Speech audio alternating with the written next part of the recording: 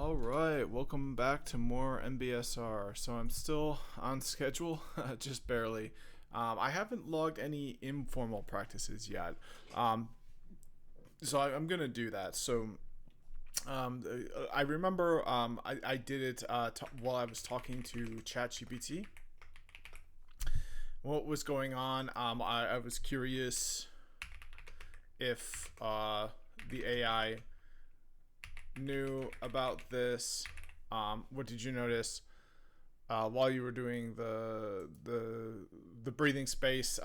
Making sure to breathe through my nose.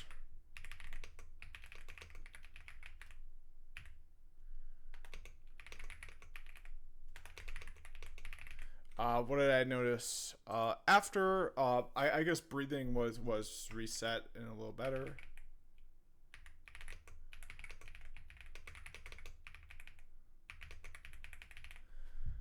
And then what did I learn? ChatGPT knows about this, which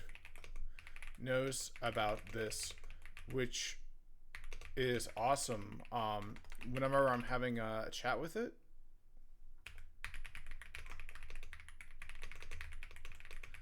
I can ask to have it walk me through this. There we go. Okay, so that's one. I need six. So we've got. It started yesterday, so if I do one today and I do one every day going forward, I should have six. So yeah, I had this one. Yep. This is a situation in a meeting. What was going on when you thought to take a breathing space, just kind of passive time on a meeting, which can always be like, when it can be hard to pay attention when it's not your turn to speak in a meeting. So it's a good time to do the stop exercise. What did you notice while doing the breathing space? I noticed my hand movements. I was kind of like drawing lines with my index finger on the sofa, if you can call it that. All right, and then what did you notice after? Just a lot. I noticed much better able to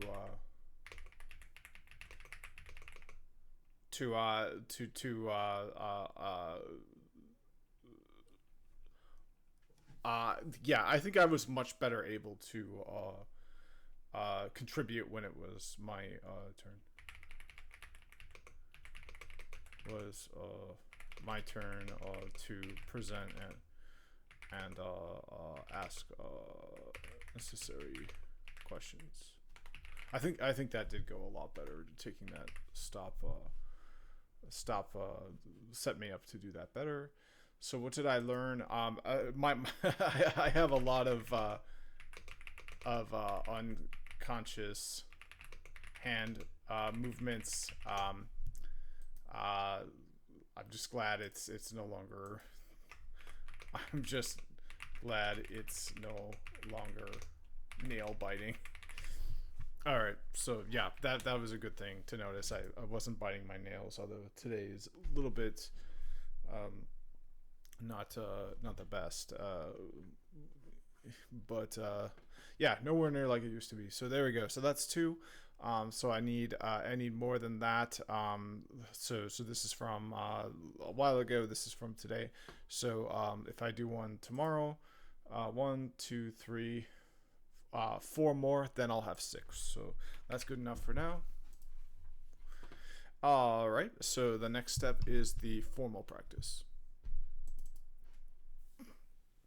All right, and this is where it gets tricky. We're gonna do a full half hour of mindful yoga too, so it's a lot for sure, but I believe in it. So I guess what I'm gonna do is vacuum my space out a little bit. Oh, but the vacuum's in the other room. All right, so I'm gonna pause and vacuum my space up a little bit, and then get this started. I'll be right back. All right, I'm back and I'm ready for some hurt. So the last comment I have: obesity, weight is too high, body fat is too much. So yeah, this isn't fun for me. I have too much of a stomach to really enjoy yoga, but I'm working on that. So luckily, this is not very difficult yoga. So with that being said, let's get it out of the way.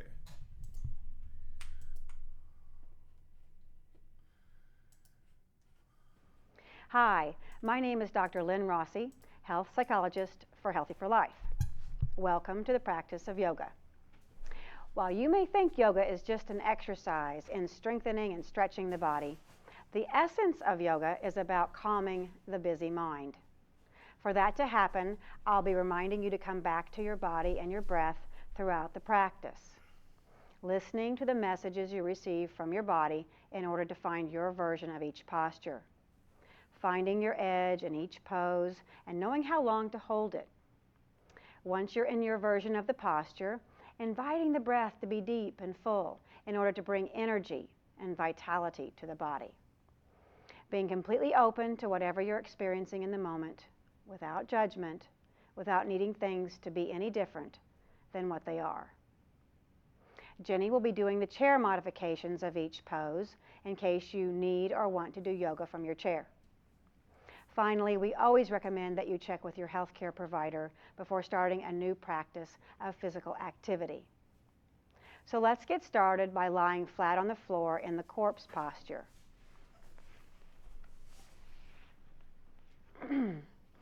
Your arms are by your side with the palms facing up toward the ceiling. You can have your knees bent with your knees falling together, or you can have your legs straight and the feet falling apart from one another. Beginning to connect with your breath, feeling the rising and falling of the belly, the expanding and deflating of the rib cage, the upper chest rising and falling, and taking some time to deepen the breath, allowing it to be full, the belly soft. Then stretching your arms up overhead and clasping your thumbs together or leaving them in a parallel position and reaching the toes and fingers in opposite directions. Getting a nice full body stretch. Continuing to breathe as you do so.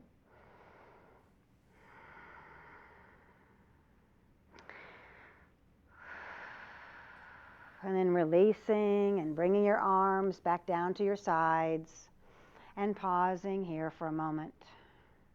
And noticing if the body maybe feels a little bit longer. And then rolling over onto your belly in preparation for the Sphinx posture. Your arms will be bent with your forearms flat on the ground, and they're parallel to each other like railroad tracks. Your elbows should be directly underneath your shoulders, spreading your fingers wide apart and looking straight ahead. Your sternum lifted as you move your shoulder blades down your back, feeling the arch in the spine, watching the tendency to collapse your shoulders and continuing to work at moving your shoulder blades down your back, inviting the breath to be deep. Relaxing the face, relaxing the jaw. And from here, moving into a table position by placing your hands underneath your shoulders and coming up to a tabletop with your wrists right beneath your shoulders and your knees right below your hips. Your knees are about hip width apart. And from here, we're going to bring your right knee and your forehead together as best you can. And then straighten the right leg out behind you, pointing your toes and lifting it up as far as it'll go, looking up. Then bringing your knee and your forehead together as best you can. And then bringing your leg back up, looking up. And the last time, bringing your knee and forehead together, arching your back, and then straightening out. And this time leaving your leg here and pulsing it up 6 or 7 times. And then crossing your leg to the left side and placing your toes on the floor as you look over your left shoulder, creating a nice C curve in the spine, breathing.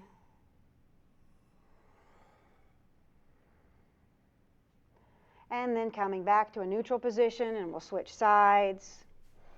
This time, bringing your forehead, your left knee and your forehead together, and then straightening your left leg out in the back. Bringing your left knee to your forehead, and then straightening it out in the back. Lifting up, and bringing your left knee to your forehead, and then straightening the leg in the back, and pulsing it up toward the ceiling 6 or 7 times. Breathing, feeling the strength in the back that it takes to do this, and then moving your foot over to the right side now, toes on the floor, looking out over your right shoulder. Getting a nice curve in the spine, leaving your arms straight.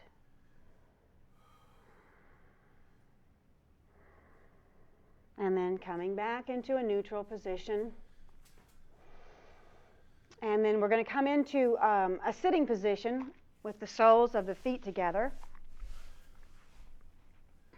into the bound angle posture, placing your hands behind your back on the floor for support, moving the heels and pelvis toward one another and pressing your hands into the floor to lift your chest, and gently rocking your knees from side to side, breathing and relaxing, imagining the tension and tightness in your inner thighs, leaving on each out breath, allowing your muscles to slowly release. And from here we'll move into a stretch for the back of the legs.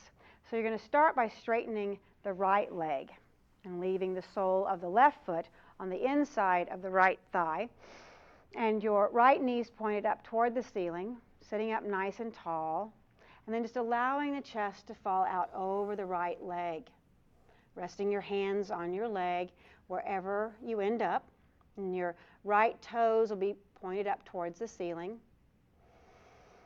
Connecting with the breath, and imagine the breath moving all the way down into the right leg and back again, breathing and relaxing, letting the face and jaw relax, taking your time.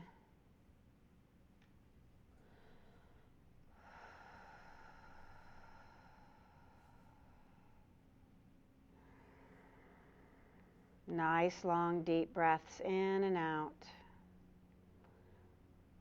Feeling the body begin to open and release.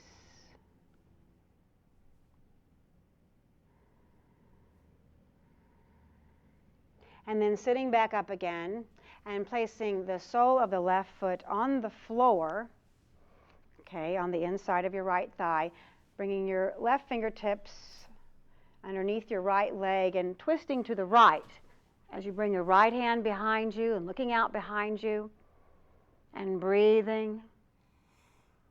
Toes of your right foot are still flexed up toward the ceiling.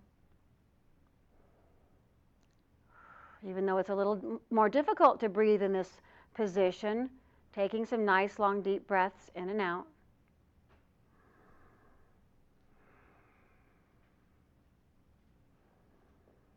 And then releasing by coming back to center. And then we'll move to the other side. So straightening the left leg and bringing the sole of the right foot to the inside of the left thigh. Sitting up nice and tall, taking a deep breath in, and then letting the chest fall forward over the left leg, keeping the toes of the left foot flexed and up toward the ceiling.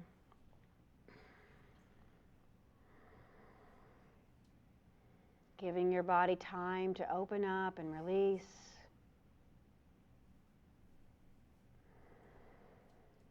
Breathing all the way down into those muscles along the back of the left leg.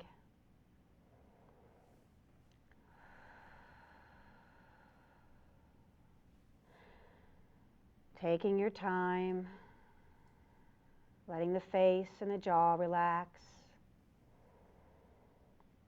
Noticing if this side may be different than the other side. And just noticing the difference without judgment, but just with curiosity and interest.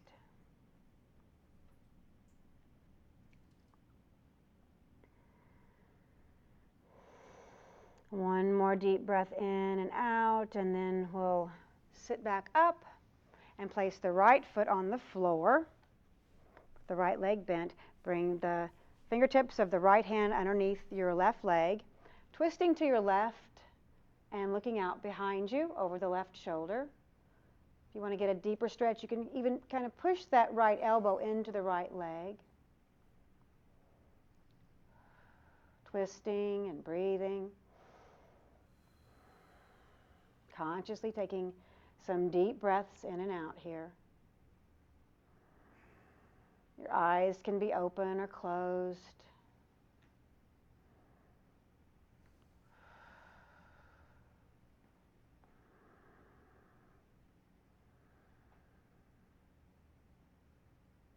And then releasing the hands, coming back to center, and moving into a cross-legged position for the next set of stretches, focusing on the neck and shoulders. And when you're ready, letting your head fall forward and lowering your chin to your chest. Feeling the stretch along the back of the neck. Taking a deep breath in and out. And then rolling your right ear over your right shoulder. You can even reach your left fingers toward the floor to get a little deeper stretch. Taking a deep breath in and out. And then rolling the head back through center and bring the left ear over the left shoulder, reaching the right fingertips towards the floor, and inviting the breath to be deep, to encourage the release of the muscles along the right side of the neck. Relaxing the face, and then rolling your head back down again, and then lifting it straight up, and letting your head fall straight back. Getting a nice stretch in the throat and the chest.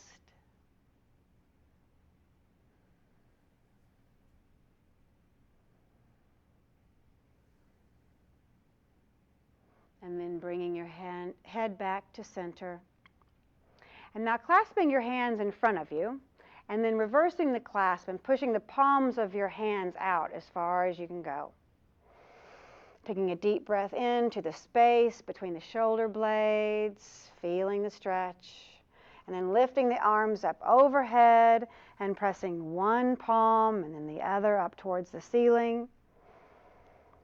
Feeling the stretch along the arms and armpits, breathing in and out.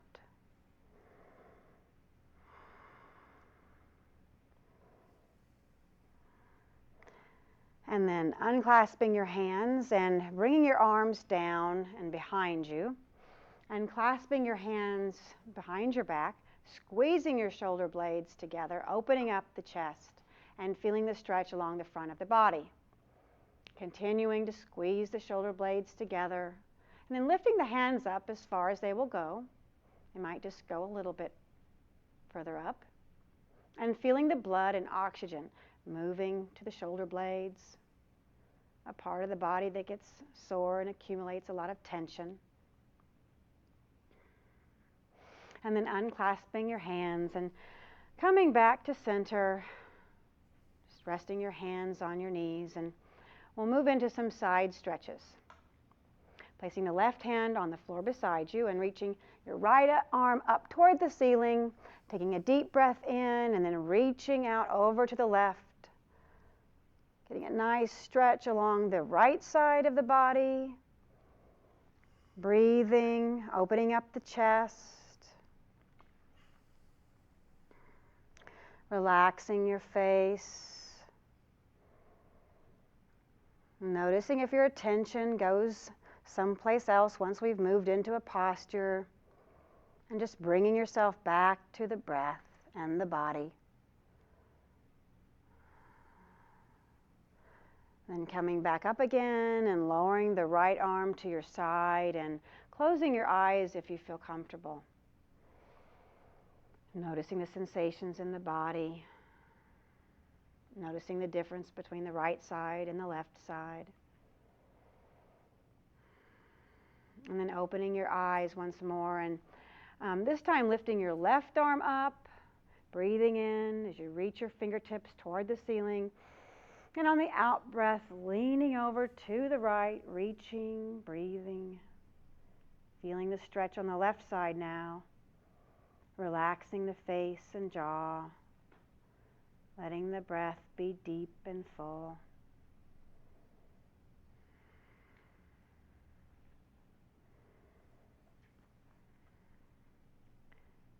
And when you're ready, coming back up again and pausing here for a moment and again feeling the effects of the stretch. And now we're going to move into a downward facing dog position. So you're going to start by coming to your hands and knees. And this time in the table position, instead of having your wrists right beneath your shoulders, move your hands forward just slightly. Your fingers should be spread wide apart. Tucking your toes under and lifting your bottom up towards the ceiling as you bring your heels down toward the floor. Your feet should be about, a foot apart. And you can work one heel and then the other down to the floor to get a nice stretch along the back of your legs, which we've already warmed up just a little. Breathing, pushing out through the palms of your hands. The downward facing dog posture is an all-purpose posture that helps strengthen the body and stretch it.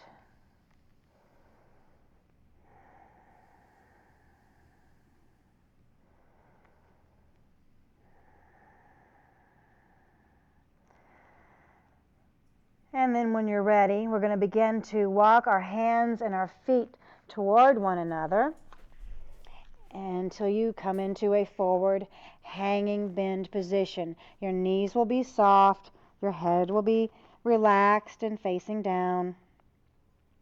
You can be holding on to your legs if you need to, but just letting the body hang forward, letting all the blood rush down into the head. Taking some deep breaths here, and then slowly we're going to begin to bring our body into a standing position. Taking your time, letting your head still be falling down toward the floor, stacking the vertebrae one at a time, leaving your chin on your chest, letting it come up the last after you've come to a standing position.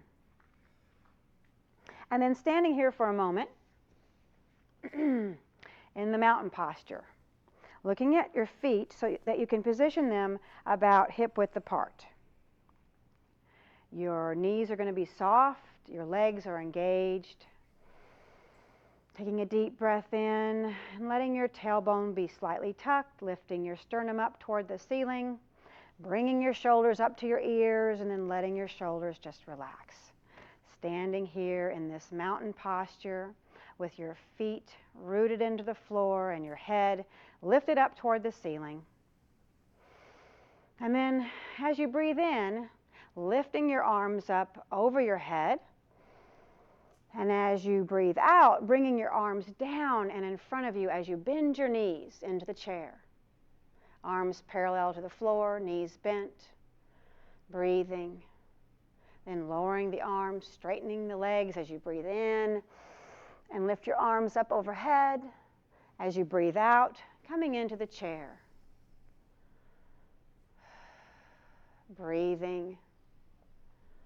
Breathing in as you lift up,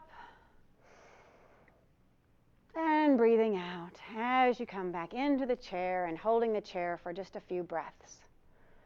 Trying to be as relaxed as you can, relaxing back into that easy chair, relaxing the face, relaxing your mind that might be resisting holding the posture, maybe even smiling, noticing the strength that it takes to hold the chair position. If you've gone too far, you can come up a little. And if you need to come up before I say to, feel free to do that.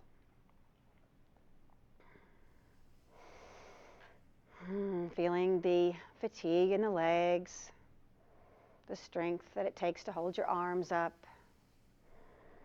Relaxing as best you can, and then when you're ready, straightening the legs and lowering the hands to the sides, and pausing here for a moment, feeling the effects of having done the chair.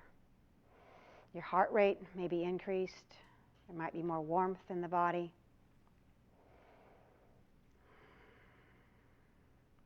And now we're going to move into the half moon posture. Okay, once again, breathing in as you lift your arms up overhead into the temple position by clasping your hands together, then straightening the thumbs and first fingers, or you can just leave your arms parallel. Reaching your fingertips toward the ceiling as you breathe in, and as you breathe out, moving the left hip to the left as you reach over to the right and get a nice stretch along the left side of the body. You don't have to go very far to get a nice stretch. If you've gone too far, you might notice it's a little difficult to breathe, or you might quit breathing. So come back up a little bit. Then coming back to center and moving to the opposite side. Right hip to the right, arms to the left, stretching out. Feeling the stretch along the right side of the body, breathing in and out. Relaxing the face and jaw. And then coming back up again. Breathing in as you lift the fingertips up towards the ceiling, and breathing out as you bring your arms down to your sides, taking your time, feeling the arms moving through space, the heaviness of the arms, the tingling in the arms, getting in touch with all of the sensations as you bring them slowly down to your sides, and then feeling the effects of the release and the posture on the body.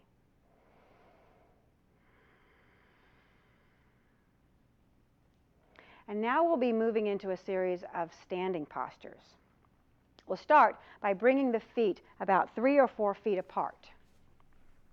You're going to turn the right foot out at a 90-degree angle and the left foot in about 45 degrees. You're going to bend the right knee over the right ankle so that the shin is perpendicular to the floor, bringing your arms so that they're parallel to the floor. You can look back at your back arm to make sure they're parallel. And then keep your gaze on the middle finger of your right hand.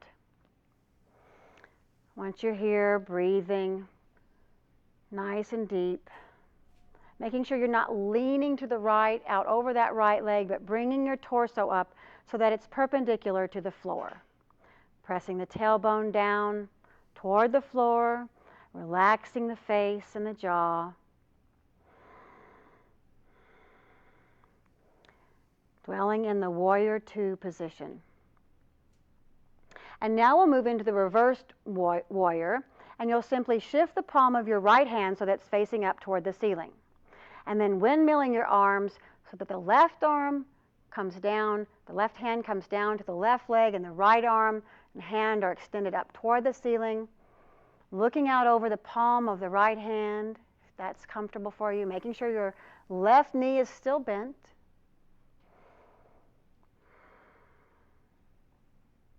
Taking a few breaths here.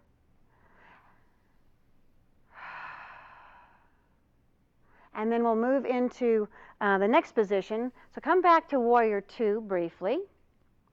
And then bring your right forearm down to your right leg and bring your left arm up so that it's up next to your ear and your fingertips are pointing out to the right.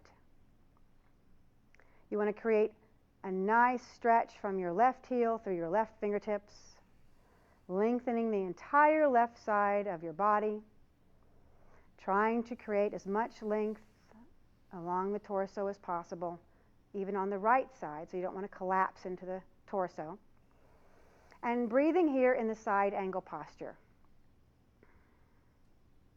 To move out of the stretch, you're going to bring your left arm back so it's parallel to the floor and reach the fingertips to the left to pull you out of the posture, straightening the right leg and coming back into the mountain posture one more time, just to feel the effects of doing those postures on the body.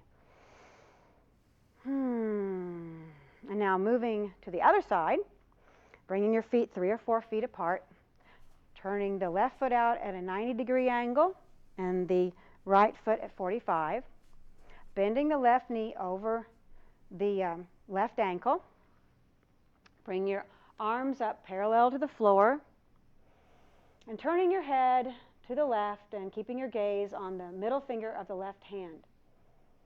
Once you're here, inviting the breath to be deep and again checking to see that your torso is perpendicular to the floor, pressing the tailbone down to the floor and relaxing as best you can in this strengthening posture, relaxing the face and the jaw.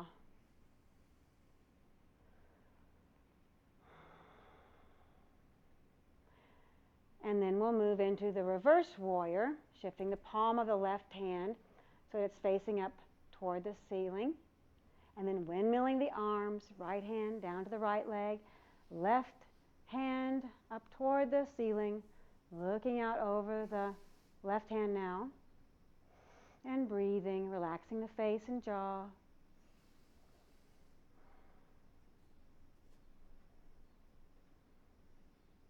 And then we'll move into the side angle on this side by bringing the left forearm down to the left leg.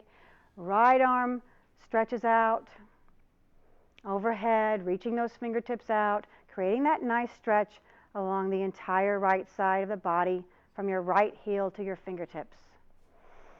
Stretching and breathing, being fully present for the side angle posture.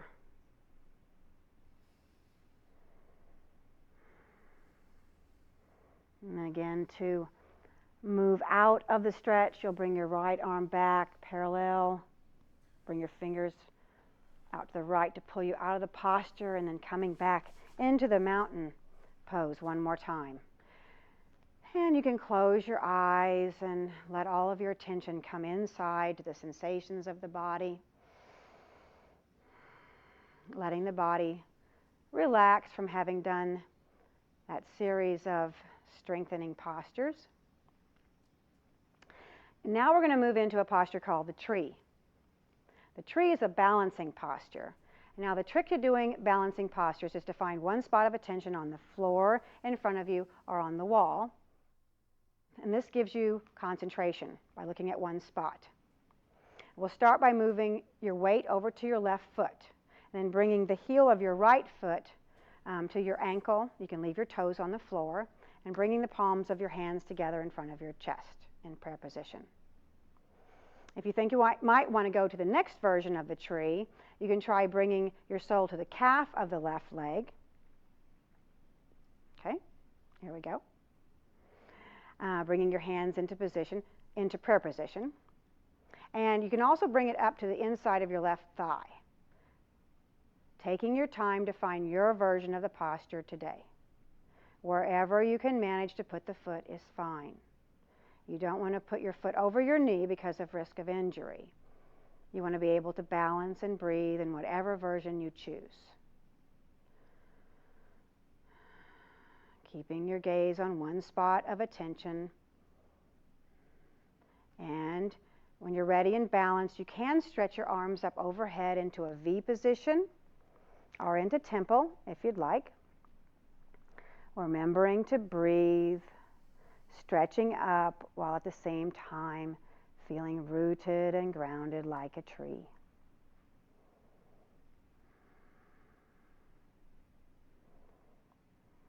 And when you're ready, bringing your hands back down to your chest, pausing here for a moment, And then lowering your right foot, lowering the arms, and standing still for a moment. Feeling the energy that's created by doing a balancing posture like the tree. Noticing the heart rate, the breath. And then we'll switch sides by moving the weight over to your right foot and bringing your left foot either to your ankle, to the calf, or to the inside of your thigh. Taking your time to find your position. Bringing your hands into a prayer position in front of your chest, looking at one spot of attention in front of you or on the floor. And when you feel balanced, you can bring your arms up overhead into a V or into temple. Standing and imagining yourself as your favorite tree, rooted, grounded into the floor, breathing, relaxing as best you can, being present.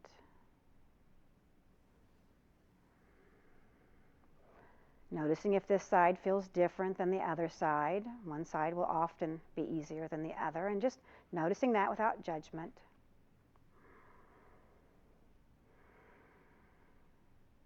And then bringing your hands back down to your heart center and pausing here for a moment. Lowering the left foot, lowering the arms, and breathing in and out. Letting the body assimilate the effects of the tree posture. And from here we're going to move into the goddess warrior posture. So start by bringing your feet out about 3 feet. And then your feet are going to angle out at about a 45-degree angle on each side. Bending your knees to where it feels comfortable, and bringing your arms so that they're parallel to the floor with the palms facing up toward the ceiling. Bending the elbows so that the fingertips are pointed up toward the ceiling and the palms facing one another, and breathing. Relaxing as best you can into this goddess warrior posture. A posture that requires some strength, and we've been doing a lot of strengthening of the leg muscles in this series of postures, so you may feel some fatigue here. So if you need to come up before I say to, feel free to. You can always come out of a posture and then come back in. Relaxing the face and the jaw.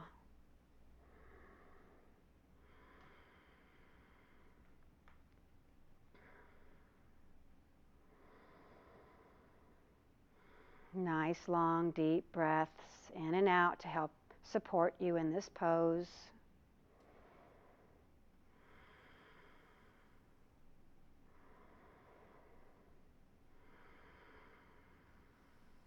And then when you're ready, straightening the knees and lowering the arms and bringing your feet back to center into the mountain posture. One more time.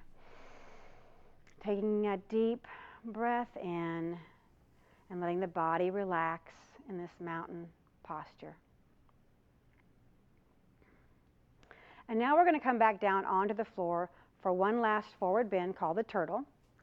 So coming back down onto the floor, your feet are in front of you, about 3 feet apart. And you're going to bring your hands to the center and then thread them underneath your ankles. Right hand around your right ankle, left hand around your left, and just let your body fall forward. Letting the head fall forward. Close your eyes. Letting your head be relaxed. You might want to move it side to side, up and down, just to make sure it's not holding any tension.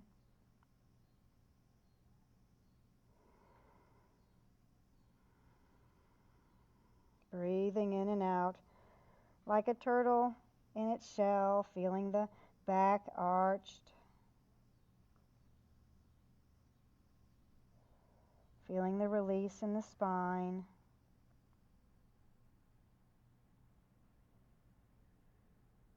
Taking some time here to let the body relax.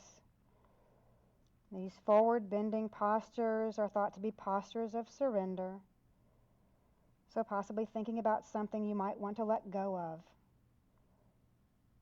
Something you're worried about, some grievance, whatever it is, just letting it go.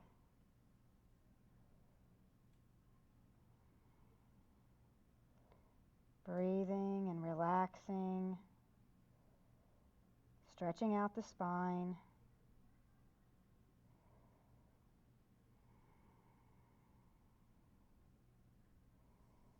Couple of more deep breaths in and out.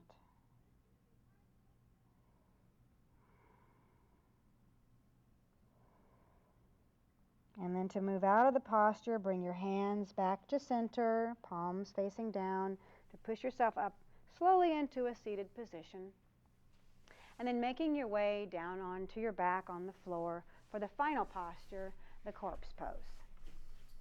You can bend your knees and have them falling together, or you can straighten your legs and let your feet fall apart. Your arms are by your side with the palms facing up toward the ceiling. Or you can place your right hand on your belly and your left hand over your chest,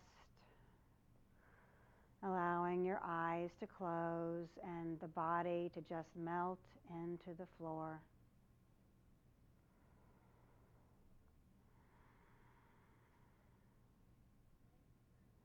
Completely letting go. Letting the floor do all of the work of holding you up.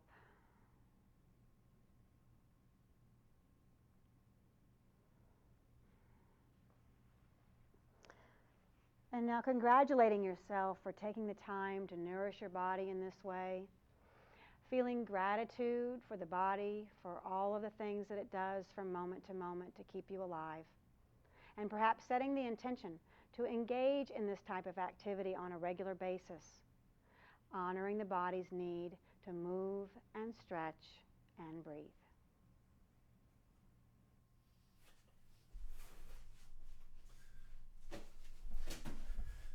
All right, so yeah, that's a good tip at the end there. I was doing a body weight routine, but then I gained 100 pounds. So this is a great way to get back into it.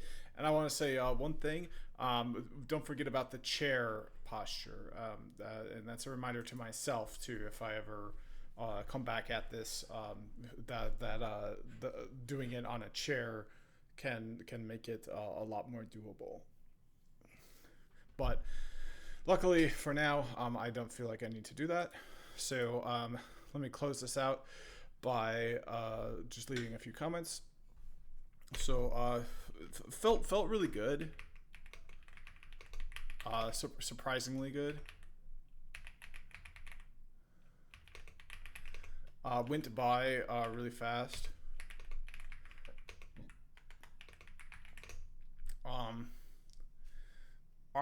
Feels like I got a little bit of a workout.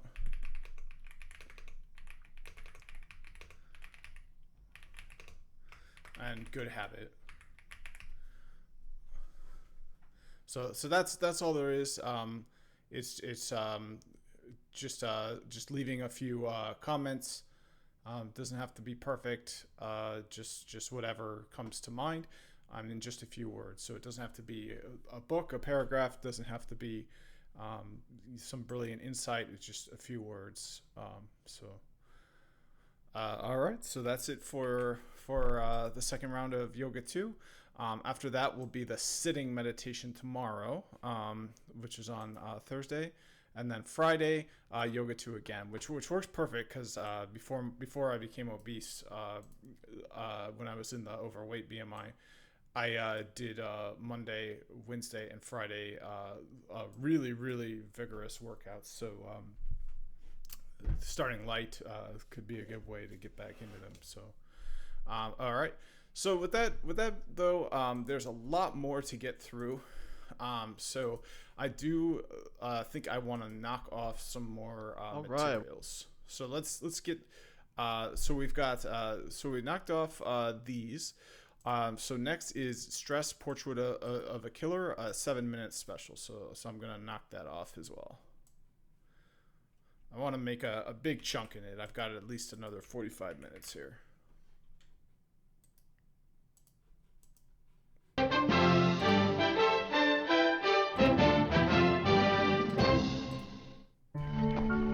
All of us have a personal relationship with stress, but few of us know how it operates within us, or understand how the onslaught of the modern world can stress us to the point of death. I messed up my headphones here.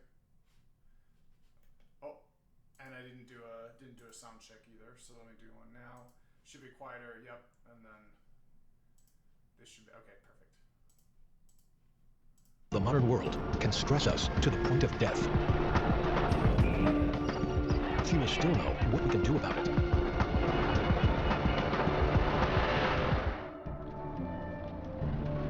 But over the last 3 decades, Stanford University neurobiologist Robert Sapolsky has been advancing our understanding of stress, how it impacts our bodies, and how our social standing can make us more or less susceptible. Is the aggregate bad news, and Most of the time, you can find him teaching and researching in the high-achieving, high-stressed world of brain science.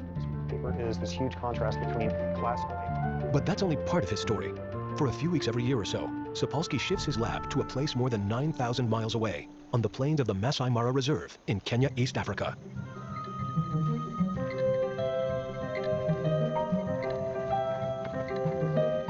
Robert Sapolsky first came to Africa over 30 years ago on a hunch. He suspected he could find out more about human stress and disease by looking at non-humans. And he knew just the non-humans.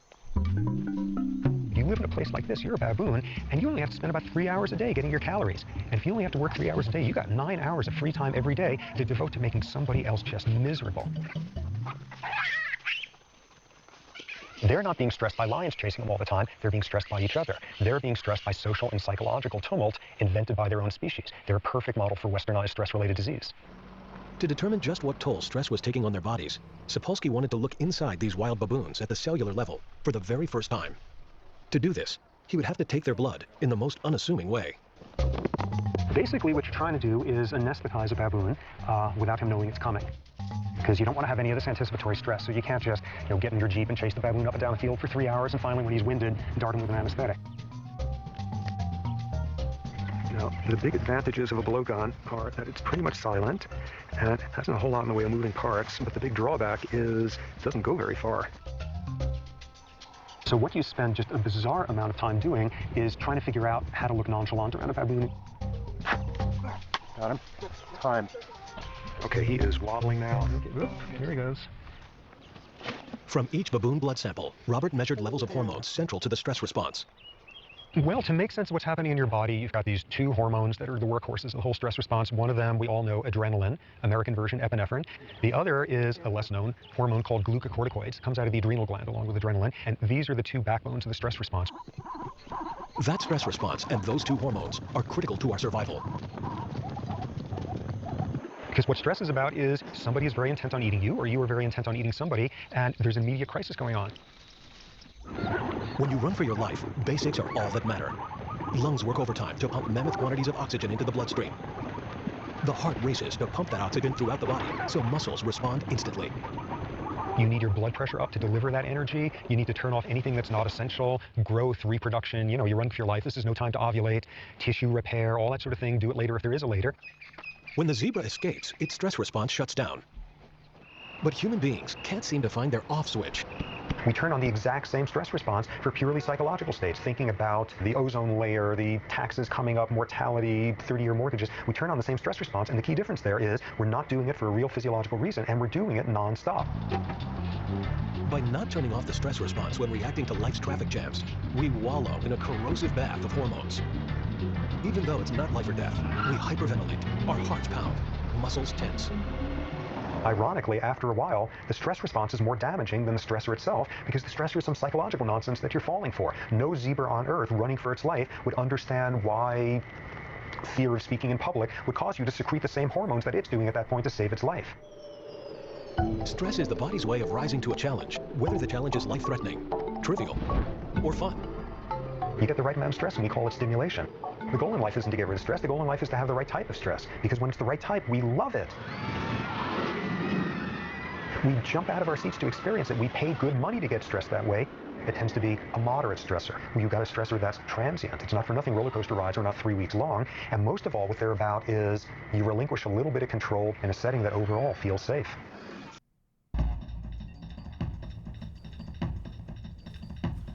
Alright, so they're all in a playlist, one after another, but I like to kind of check in and make sure I'm on the right track. So that was fun. I didn't know he got to shoot blow darts. Imagine that from the perspective of the animal. You just wake up Okay. Well, the next one is pretty short. So how stress affects the brain, and it would play automatically, but I just want to make sure that I'm on track.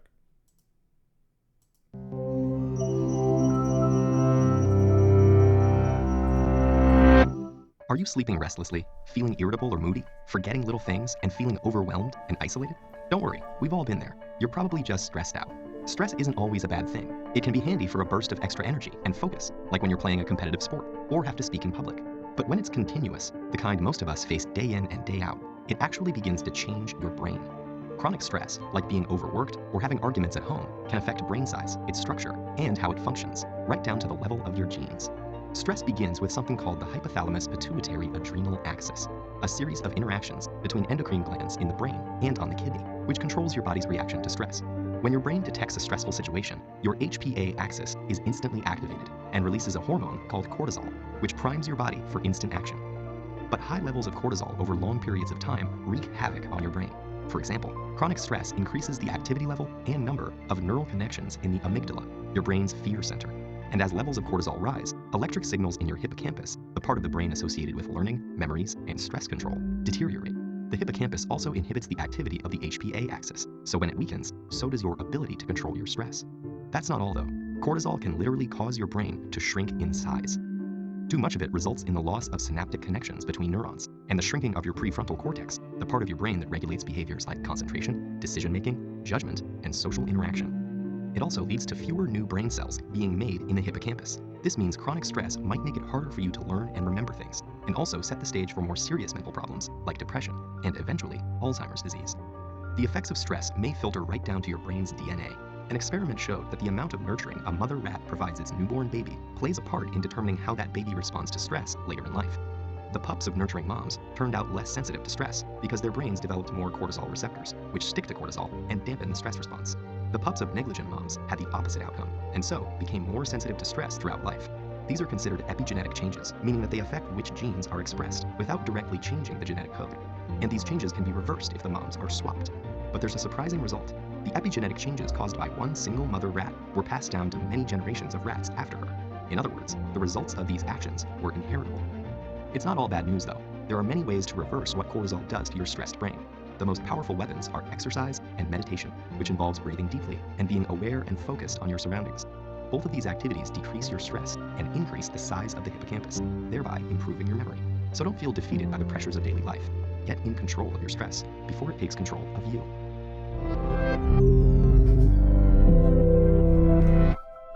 All right. So yeah, really important to take some kind of measure to get stress under control. There's a stress condition that's called I think it's like Cushing's.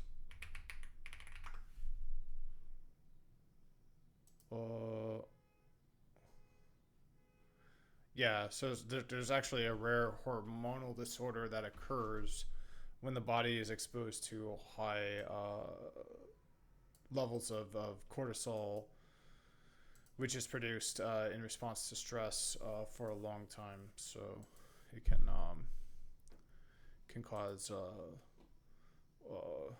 kind of this sort of body type in men and in women as well. So here's what looks like a man, male gender experiencing it, and then here's female woman gender experiencing it. So yeah, that's it can be yeah. So I'm not there yet. I might be on my way, but that's the goal of this the Mbsr. All right. So the next one is how to make stress your best friend. It's a bit of a longer one, but I'm feeling up for it.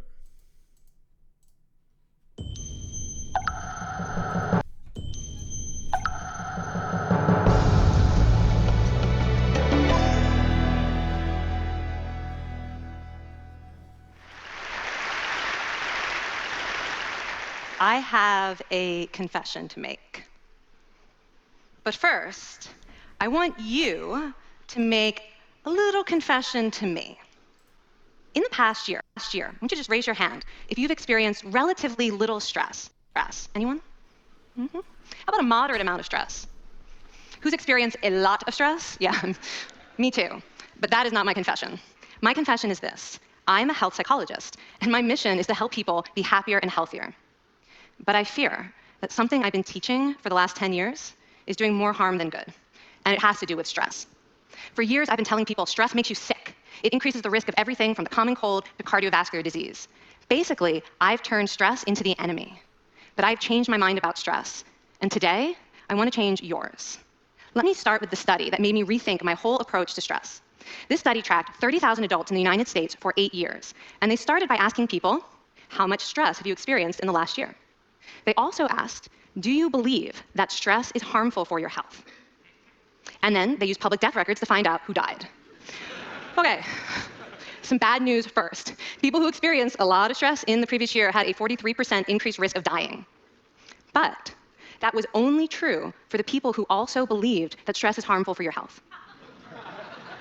People who experienced a lot of stress but did not view stress as harmful were no more likely to die. In fact, they had the lowest risk of dying of anyone in the study, including people who had relatively little stress.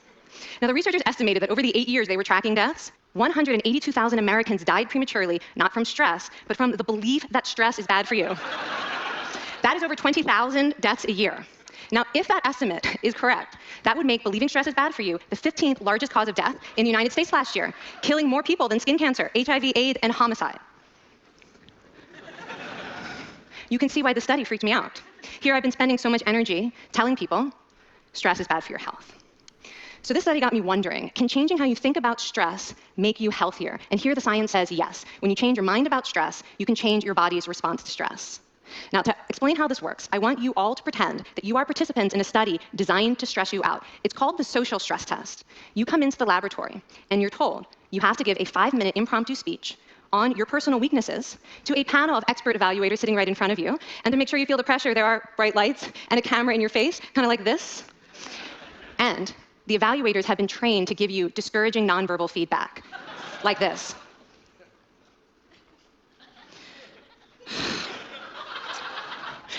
Now that you're sufficiently demoralized, time for part 2, a math test.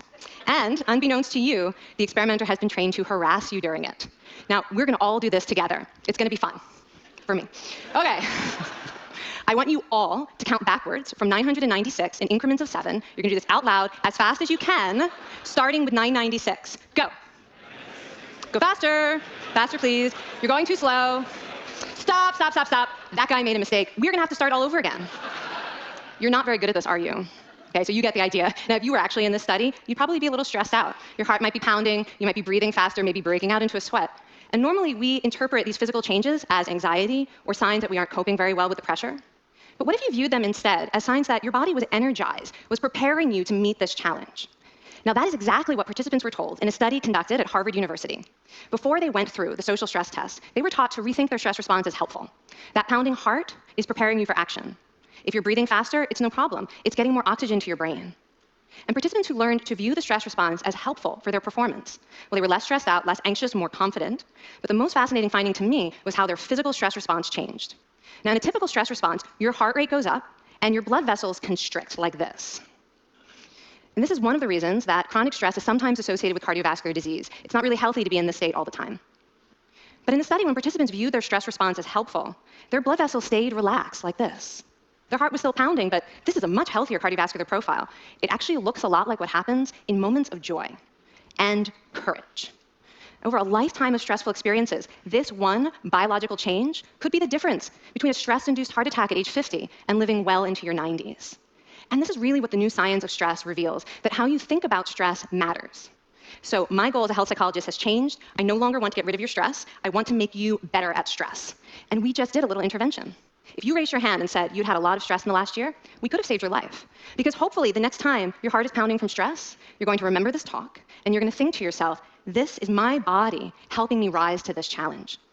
And when you view stress in that way, your body believes you, and your stress response becomes healthier. Now, I said I have over a decade of demonizing stress to redeem myself from, so we are going to do one more intervention. I want to tell you about one of the most underappreciated aspects of the stress response, and the idea is this: stress makes you social. To understand the side of stress, we need to talk about a hormone, oxytocin.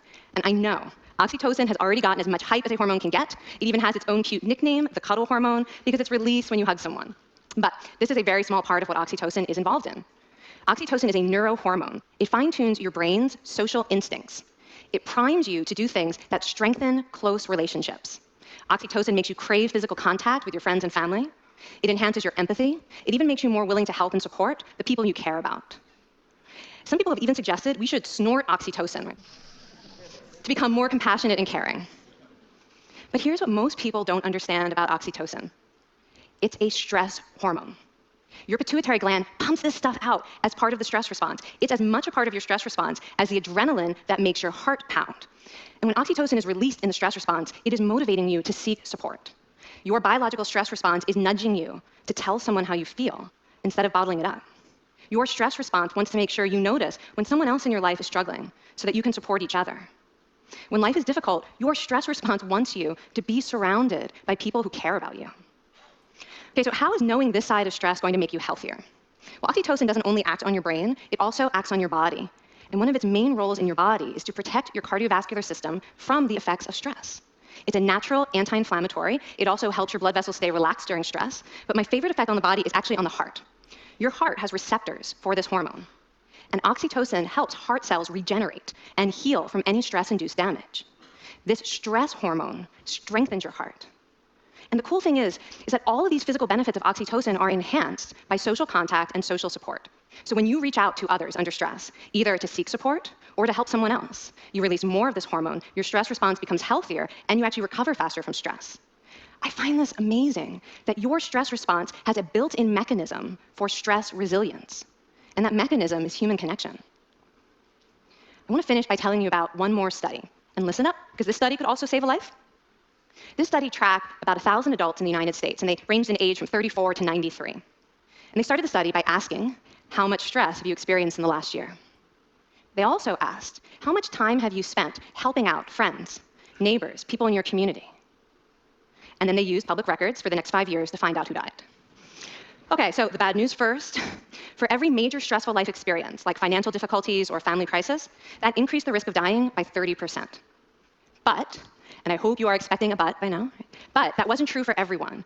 People who spent time caring for others showed absolutely no stress-related increase in dying, 0. Caring created resilience.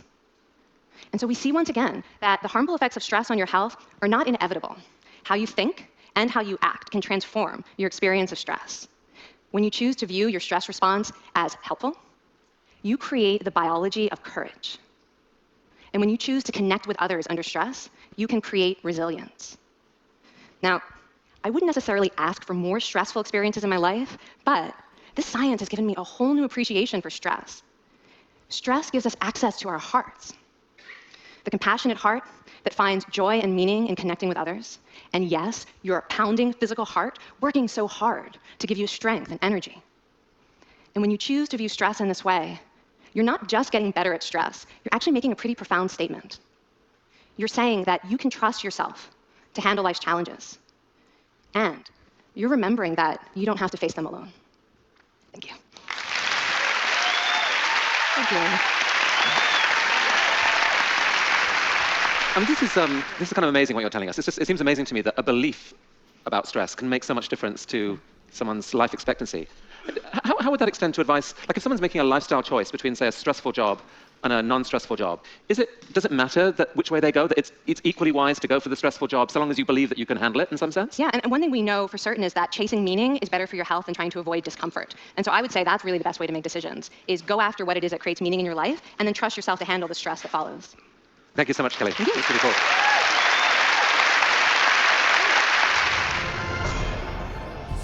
She said at the end, go after whatever has meaning in your life, and then trust yourself to handle the stress that follows. That was kind of something that's kind of hard for me to hear. So let me just say. Okay, that was interesting. I would like to see more about that research to see it replicated. But I will say my favorite violinist, Hilary Hahn.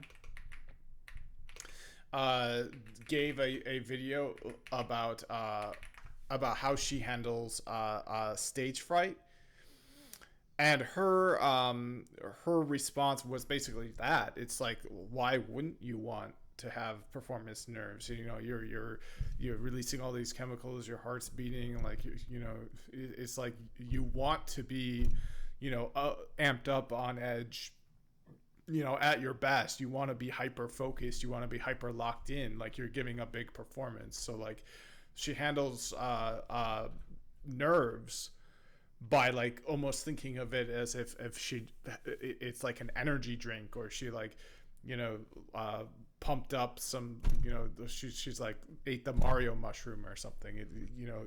So this was kind of my first exposure to that idea that that kind of stress can actually you know, be positive. You know, that stress isn't always negative. So let's watch that, because I think this is the video here. It seems like a lot of people are asking me about nerves on stage, and you have performed over 1,000 times at least, you know, on major concerts. What's one thing that you do? Is there some kind of, you know, meditation thing that you do to get yourself ready for a concert, or is it just something that happens? Well, I've never really had an issue with nerves manifesting themselves physically so that I have really bad symptoms like sweaty hands or shakes or nausea or anything like that. Whenever I used to take tests in school, my mind would get really clear, and I was really comfortable with it. So I think I have a good physical response to adrenaline. But some people, yeah, I mean, she's a superhuman. I keep forgetting about that. wind up not being able to think clearly at all. And I think you have to find out your own physical response to excitement, because really it's not nervousness, it's excitement, and your body can show that negatively or positively, and you can have some influence over how that shows up. I think whenever so there you go. You're like, it's basically the same thing we just watched in the lecture. You whenever you aren't experiencing that excitement or that little extra edge, you're not going to perform as well. So it's a good thing. It keeps you on your toes. Exactly. It lets your body know that this is time to deliver on something important, and you know, it's a really good response to have. So you should feel happy that you had that. But if it starts to get to you, you can think about relaxing certain parts of your body. So, for example, I find sometimes if I haven't eaten right in a concert day, or if I'm tired or something, sometimes the excitement can just kind of be a little too much, and I'll be on stage playing a slow bow, and my hand will start to shake just a little bit. And that's more from an imbalance of energy in my body than from nerves. But what I do, I find that if my hand is shaking, if I relax the front of my shoulder and I relax the top of my forearm, for me, those things work, and it makes it so that even if my arm wants to shake, it won't. And it's not a matter of going limp. It's a matter of finding the certain areas of your body that trigger those negative responses and sort of calming those parts down. And you can only do that if you perform a lot, because you're not going to get that same feeling in a practice room. You're not going to, you know, get it in a lesson usually. You only get it on stage. So if you have nerve issues, actually be glad that you have them, because it's a really positive thing, and it's something that will help you as a professional musician, and it lets you work on it before it becomes a real problem later on. I really like that you're zeroing in not on the where the problem is manifesting, but where. Yeah, so there you go. That's all we gotta listen to.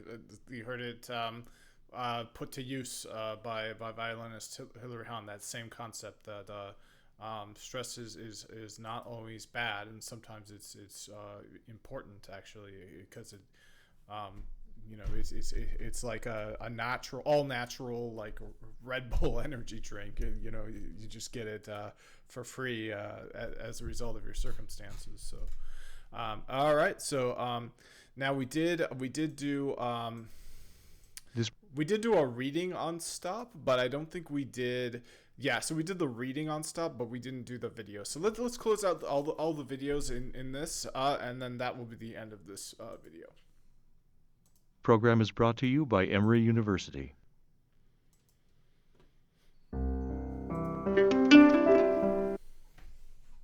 Well, there are a lot of people that are skeptics related to mindfulness and mindfulness meditation.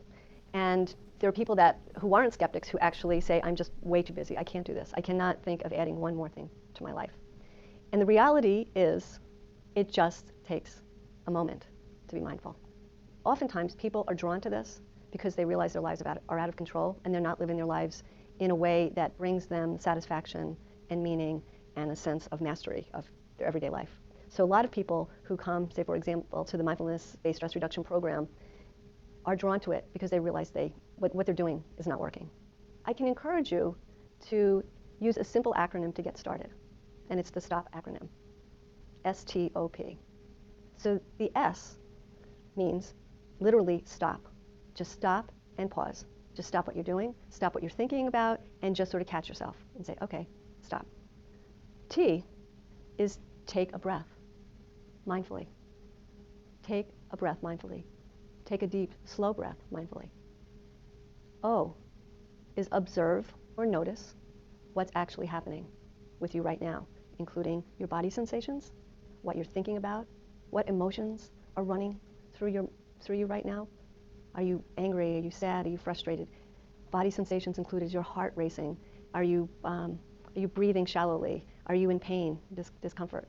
And thoughts include judgments such as, oh no, I shouldn't have done that, or wow, I got so much to do, and I shouldn't, or looking in the past, I shouldn't have done something a certain way.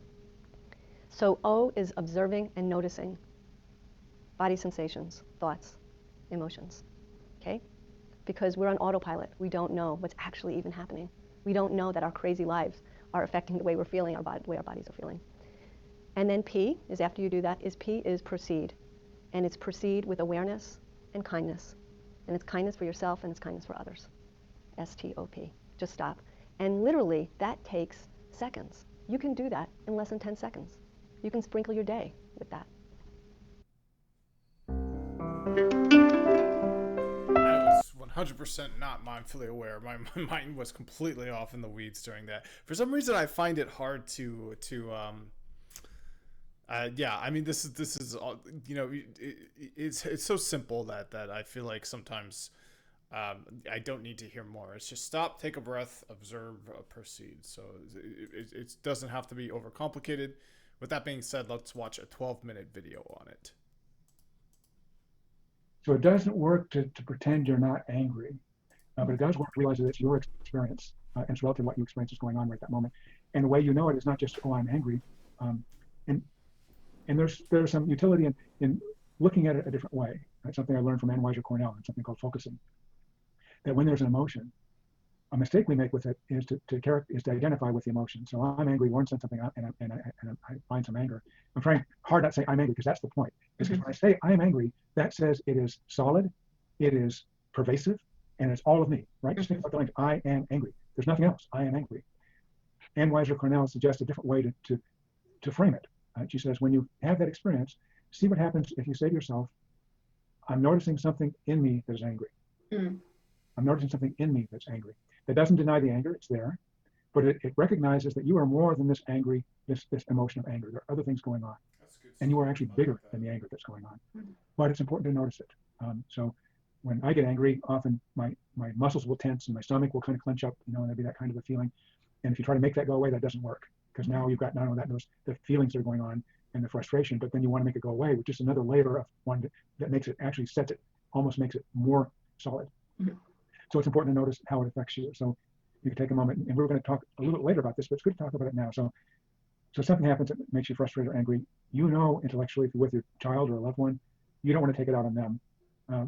But you also know that if you just try to pretend it's not happening, that's not helpful either. So what is useful at that moment is just to stop. That's actually an acronym I'll unpack in a minute. Just stop. There's that expression of count to 10 before you do anything if you're mad. That works here too. But there's something specific to do while you're counting to 10. So you stop and you just take stock. You might notice how your breathing has stopped. Often it has in anger. You might notice how your stomach is clenched, or your muscles are tight, or you might reflect on what has just happened, and you're just kind of taking stock of what's happening at that moment. And we say that's the S. It's stop and take stock. Just notice what's going on. And all this can happen fairly quickly because what you've done, you stop the force of the anger, which wants to feed itself. Because you're angry and you're angry about something, and it just, if you try to focus on it, it just kind of accelerates. But this is not making it go away. It's just noticing how my stomach's clenched. Now I have these thoughts. And then it is to notice where your breath is. We don't really advocate with this that you need to change your breathing. There are some methods to do that. But you just notice. So we can actually do this for a moment. So you and I are sitting here, we're having this interview, and there's the S is just stop. And so each of you and me, we can take a moment, and I can just reflect. Here I am in the middle of an interview, and I want to say things right. So there's all those thoughts going on, and there's a certain amount of energy in my body that wants to get it right, so there's that part of the concern. And then the T is for take a breath. And T makes it work for the acronym, but it's actually not take a breath, it's notice your breath. So as we're sitting here, we can notice how our breath is. I can notice how mine is right now. It's a little constricted because I'm wanting to be very deliberate about what I'm saying. But I can take a minute and just let my breath flow. Feel the breath come in and feel it going out. I'm not changing it in any way. It does change when I pay attention to it in this way. I'm just noticing that. So you might notice if you're doing this yourself, if you're listening to this at home or Eureka, as you're doing it, something shifts when you do that. Because now your attention is somewhere other than where the anger felt like was coming from. It's on breath. It doesn't deny the anger is there. Like that's something in me, it's there. But there's the breath. And then we say that's the T, is the T for take a breath or notice breath. And the O is for observe. Notice what's going on. Notice how your body is. Notice who it is you're with, your surroundings. Notice what your thoughts that have been going on. Just in sort of the way, same way you notice if you're sitting beside of a river and all these thoughts are coming 1,000 miles an hour, you're just rushing by in a stream, you're sitting on the bank just watching them. So you're just noticing what's happening. Body, mind, and emotion. And then the P is you've already taken the stuff has already happened. The P is proceed, go on from there.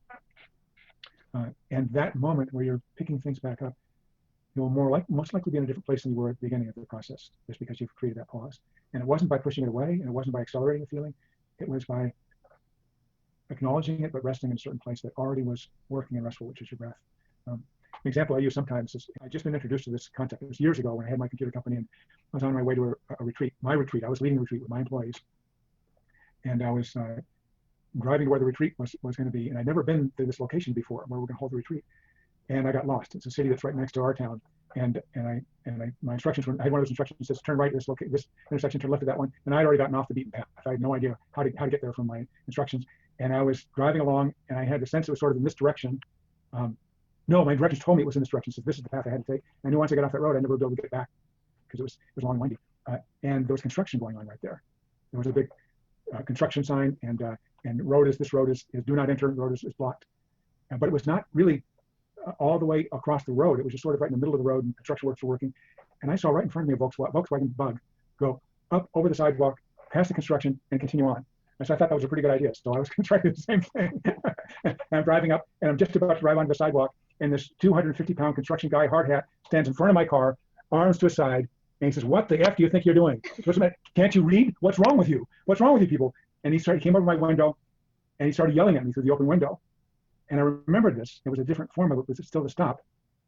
And I had no idea what to do. I don't know what he thought I was doing, but I just took a moment, found my breath. And here's this guy, he's still yelling at me. I don't know what he's thinking of what I was doing. And found my breath, and I looked at my passenger seat, which was empty, but just had the directions on it. And I don't know where this came from, this is the proceed part, because I stopped, took a breath. Where I was, he's here yelling at me, but I'm somehow in a different place now. And I don't know where this came from. I picked up the instructions. I said, I'm just trying to get here. And I don't know how to get there if I don't go through this intersection this way. He said, "Oh, you're not from here, are you?" I said, "No, I'm not. I'm from Moscow." He said, "Well, no wonder. Moscow people never know where anything in Pullman is." He says, "You just go down, you just take a right here, and you go down 1 block, go down 3 blocks, and take a left. You'll be back on the same road." And then he said the most amazing thing. He says, "I hope you have a nice day and hope your retreat goes well." And this was a guy that one of my employees, he tried to do the same thing. And he was going to try to, he was arguing with the guy about the instruction not letting him by. And he said what an obnoxious guy was. He was so disagreeable and such an idiot. And he had such a different outcome. And I would have had that same outcome if I had tried to argue with him. So I always remember that. And it's just that the magic happens even when you don't know what the magic is going to be. And it's not repressing what's going on. It's not trying to change. Because I knew I wasn't going to have an argument with this guy. That wasn't going to work. Right? He was much bigger than I was. And anything verbal or physical was definitely not going to work. And I didn't know what to do. But I just said, this is the situation, but I do have to get to the retreat. That's when I picked up that. And that was the proceed part. And if there's any magic in it, it's not knowing what's going to happen next. But there's a possibility for things to be different than they would have been had you continued on the trajectory of being, of fueling the anger or the upset. Just take a moment. So out of all the practices that we teach, it's 8 weeks worth of instruction and practice.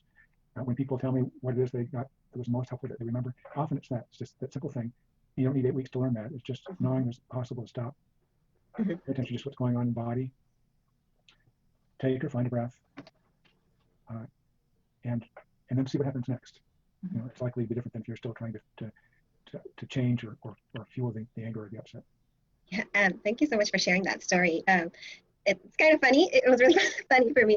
But I think, you know, when you're sharing your story, I was like, wow, that's by doing this stop, you are not reacting to the anger and, you know, like your ego, like he's yelling at you and saying all these F-bombs and stuff, Yeah. is you weren't reactionary, and doing this, stop, this stop allowed you and gave you the space to be at a different place so that you can respond differently. And at that moment, it's important to know, at that moment, I didn't want to react. I wanted to yell back. Yeah. I wanted to hit him, but I knew that was stupid.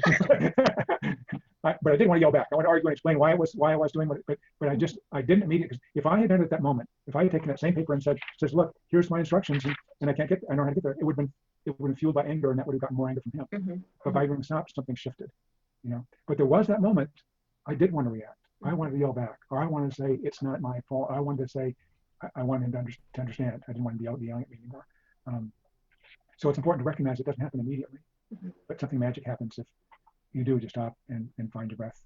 Mm-hmm. So is this stop exercise or technique something that kids and parents can do? Yeah, kids can understand that, because they're not going to understand if you tell them that they have to stop crying, and so you wouldn't just tell them to stop.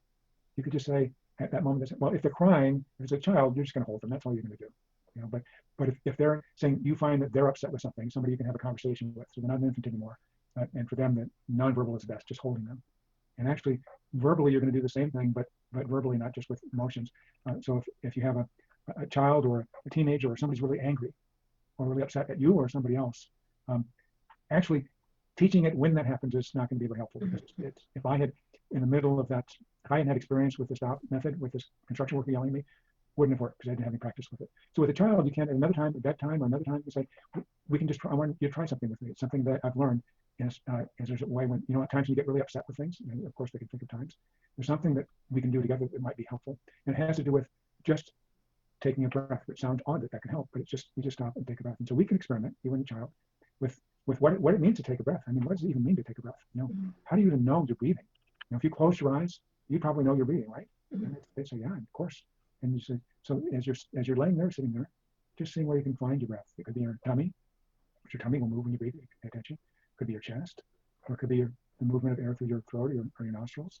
If you put your finger by your nose, you can feel breath. But just see right now where you feel your breath. See if you can do that. And for anybody, not even just for a child, we're not used to doing that. So it may take a minute for them to locate it. Say, oh yeah, I feel. Maybe even putting the hand on the belly or the chest, I can feel it. Feel movement. Oh yeah, I feel that. So that's it. You just feel how that moves.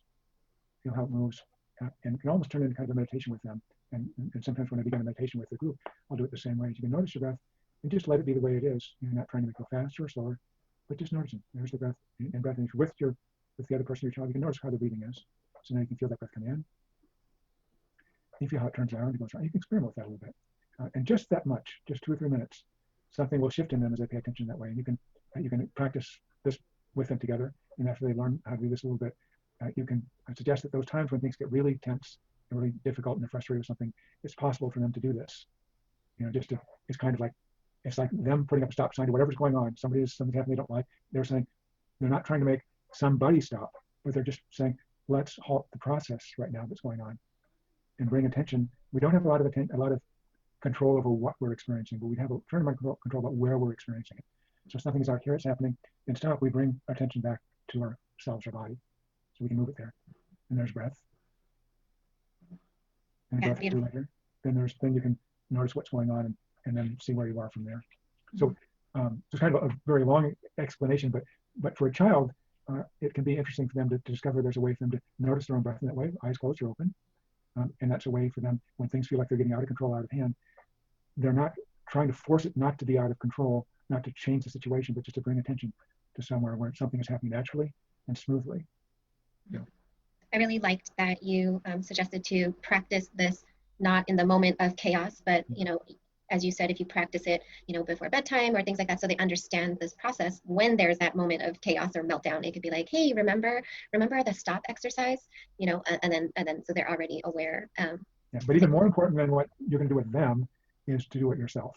Mm-hmm. So even if you never taught them stop, which you can if you get some experience with yourself, is you're doing it. So when you find things ramping up and feeling like they're out of control, if you do that, the people who are around you they're gonna notice that, whether they notice it consciously or not. Something has shifted. Just like a construction worker, he had no idea what I was doing, but I wasn't reacting to him like my employee probably did, yelling back at him. Mm-hmm. Something was different about that.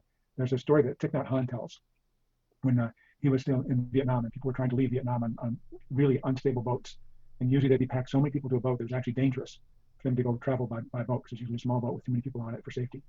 And as long as people stay calm, things wouldn't be so bad. But if there was one person who started to panic, the whole boat would be in danger, because one person panics, everybody panics. And what Thich Nhat Hanh said, he said, in those boats, he said, when that started to happen, all it took was one person.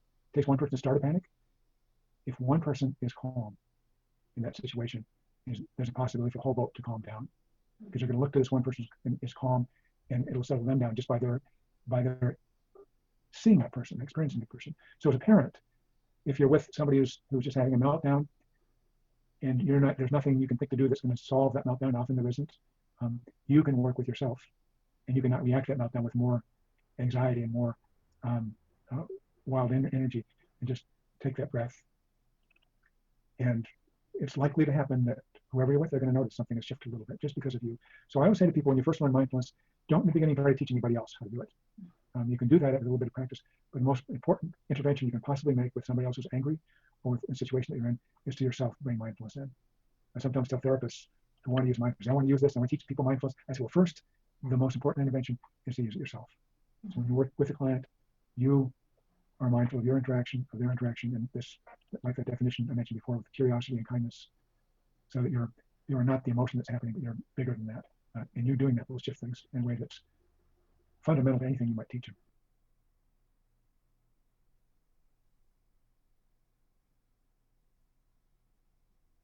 Oh, sorry, I was kind of drifting off there. All right, so yeah, that was kind of an interesting story. Yeah, I could definitely see that situation with the construction worker going a lot worse than he claims that it did. So yeah, it's definitely pretty useful skill. I understand that exercise I think a lot better. So stop stands for stop, take a breath, but it really means notice breath. Then expand your awareness beyond your breath, and then proceed.